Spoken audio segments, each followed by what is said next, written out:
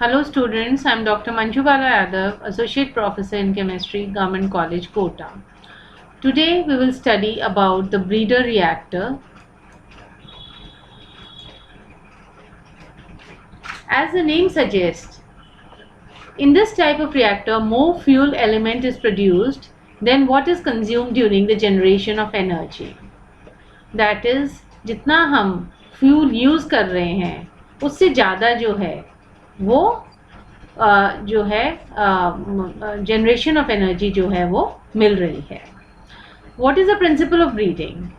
Consider a reactor fueled with an appropriate mixture of fissile, plutonium-239 or uranium-233 and fertile natural uranium or thorium.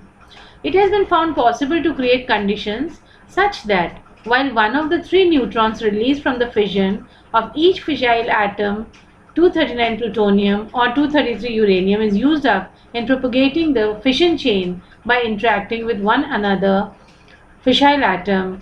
The other two are available for transmuting natural uranium or thorium by resonance capture into two new fissile atoms of plutonium-239 or uranium-233. These constitute two fissile atoms bred in the reactor against one initially consumed.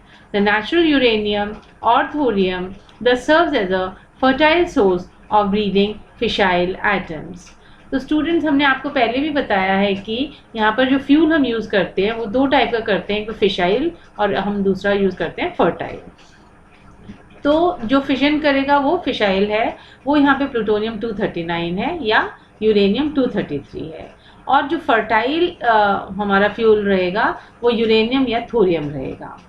अब इसमें होता क्या है कि हमारा fission तो plutonium या uranium 233 कर रहा है, तो ये जो भी जो हमारे फिशाइल्स हैं ये एक न्यूट्रॉन के साथ जो है इनकी बम्बार्डमेंट होती है, और एज अ रिजल्ट क्या होगा, हमको जो है 3 न्यूट्रॉन्स जो है रिलीज होते हैं एक फिशन रिएक्शन से. ठीक है.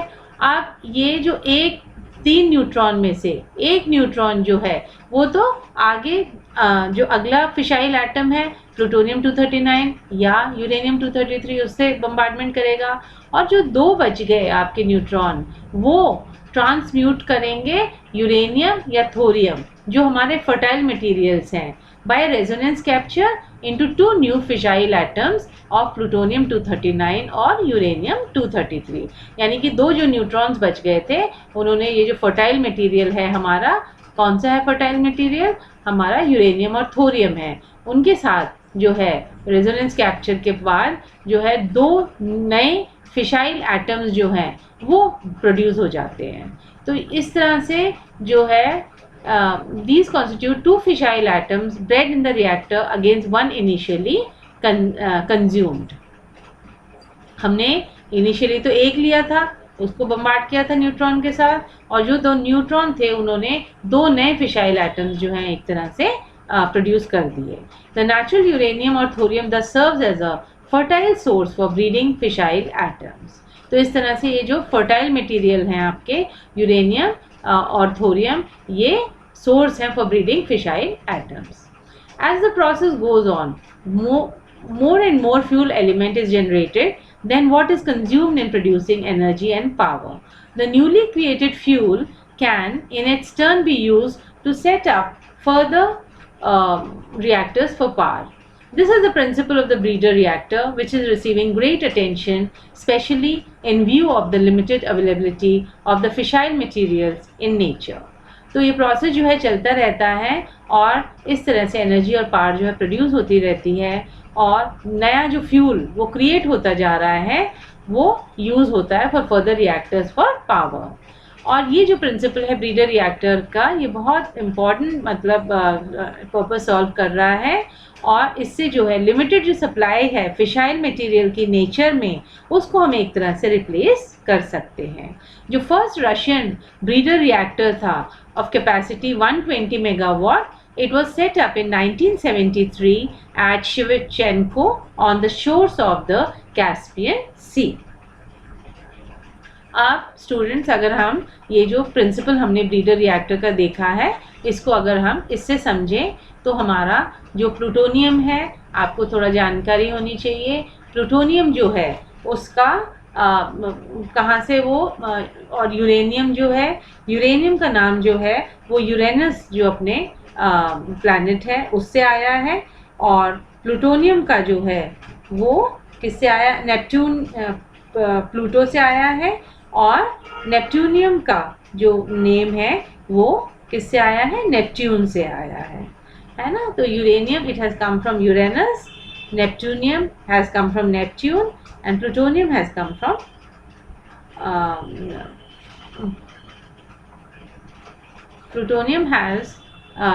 from Pluto.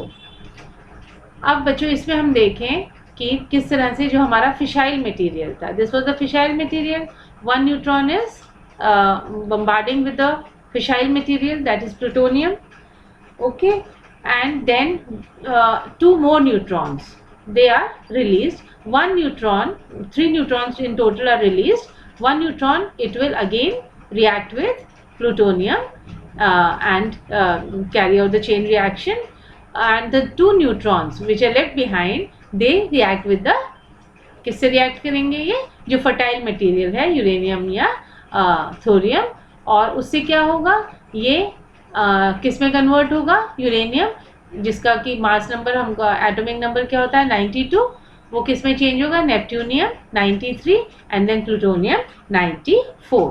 तो ये हमारा वापस से प्लूटोनियम क्या है, हमारा फिशाइल मटेरियल है। तो इस प्रकार से जो तीन न्यूट्रॉन्स निकले उसमें से दो न्यूट्रॉन्स ने हमको वापस से ये जो डबल आपका सर्कल से दिखा रखा है, दो फिशाइल मटेरियल और जनरेट कर दिए।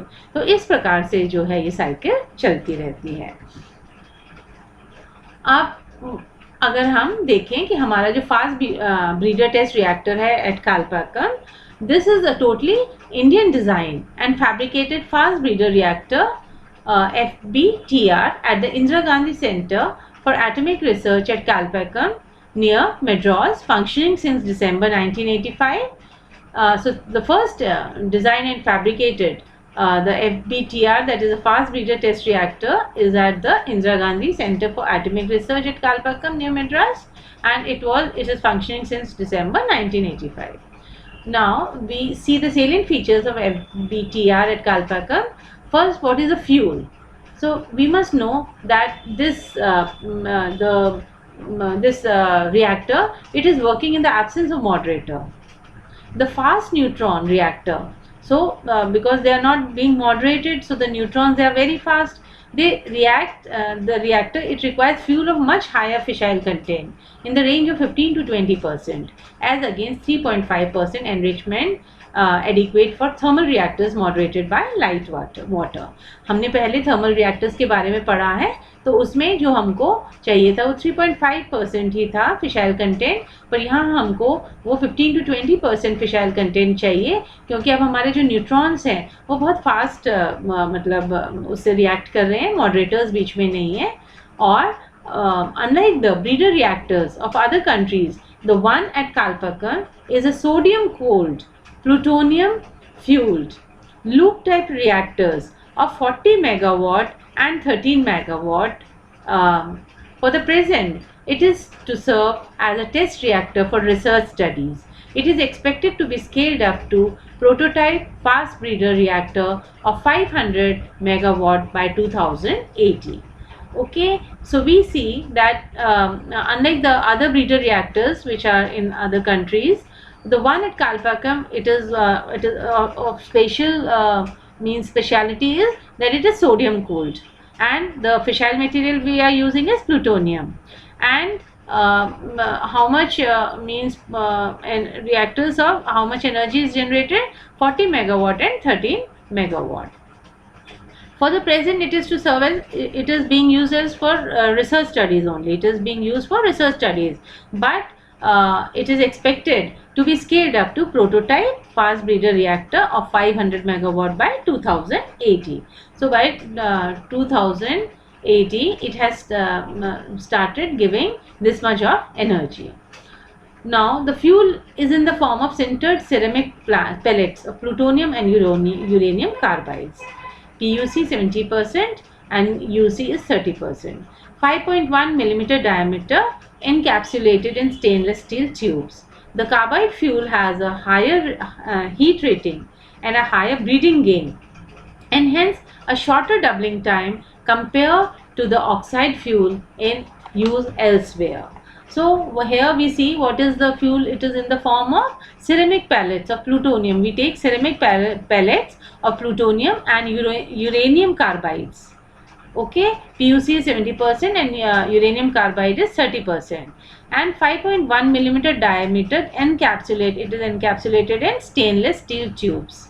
Now the carbide fuel, it has a higher heat rating and a higher breeding gain, and hence a shorter doubling time compared to the oxide fuel in use elsewhere. So this is having a shorter doubling time. Now we see the reactor. So before also in the thermal reactor, we saw how the core it is made up of.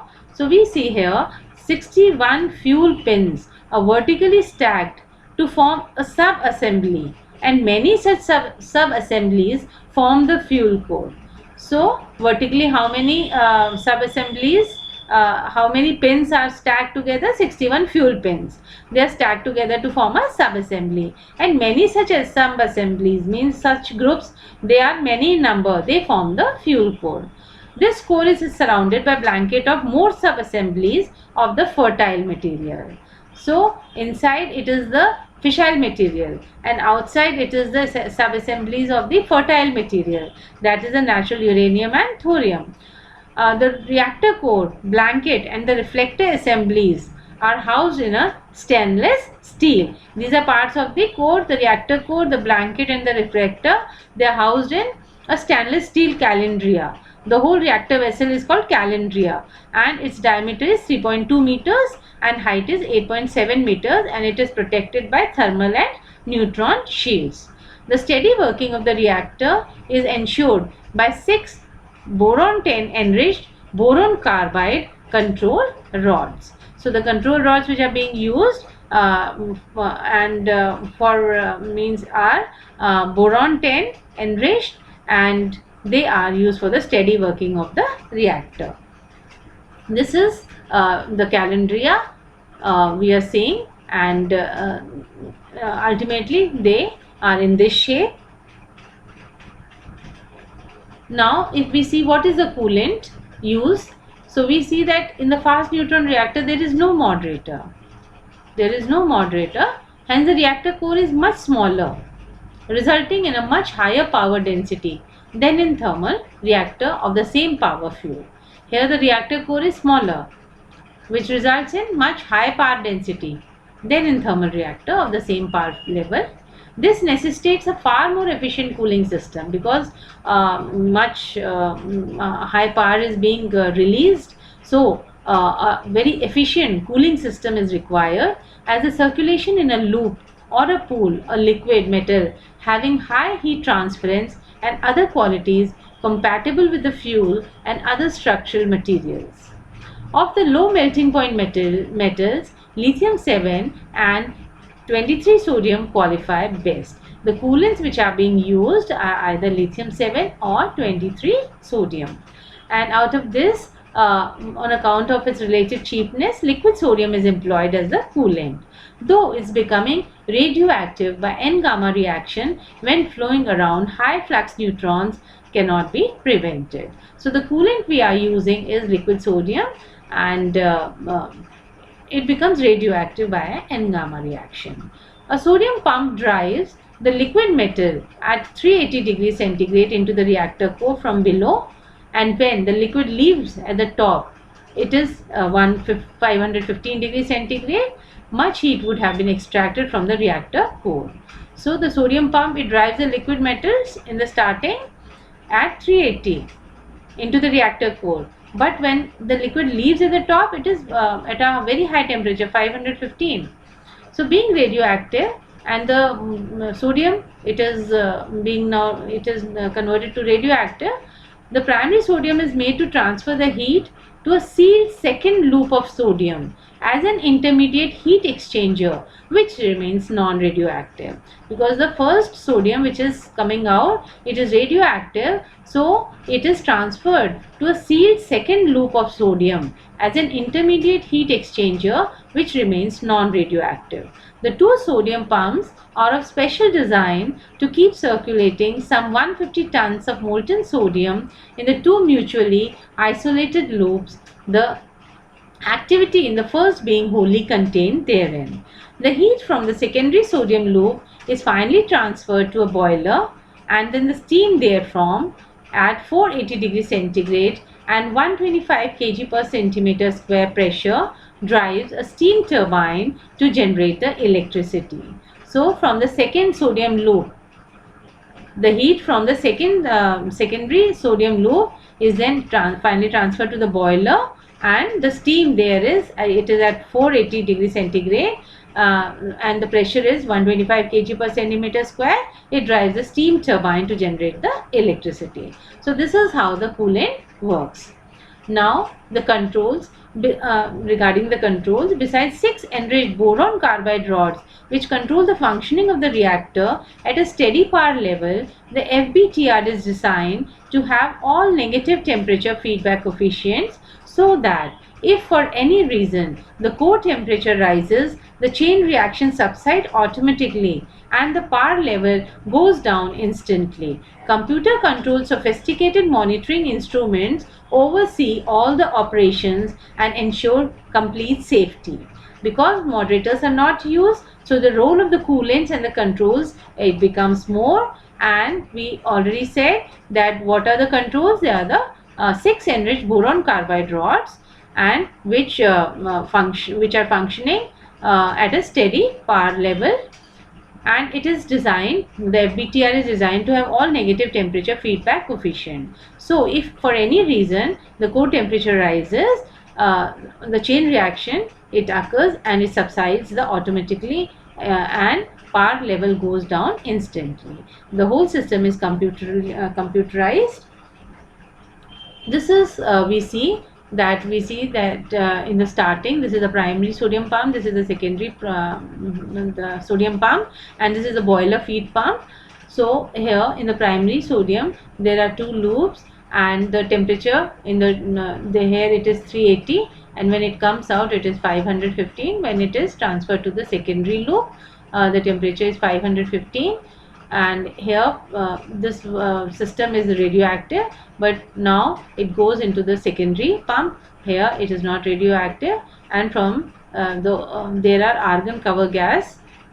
Okay, so now from the secondary pump, the system, it goes to the boiler feed pump, and here this thing, it is the condensate and the feed water, and ultimately the steam, it comes out, and it rotates the turbines.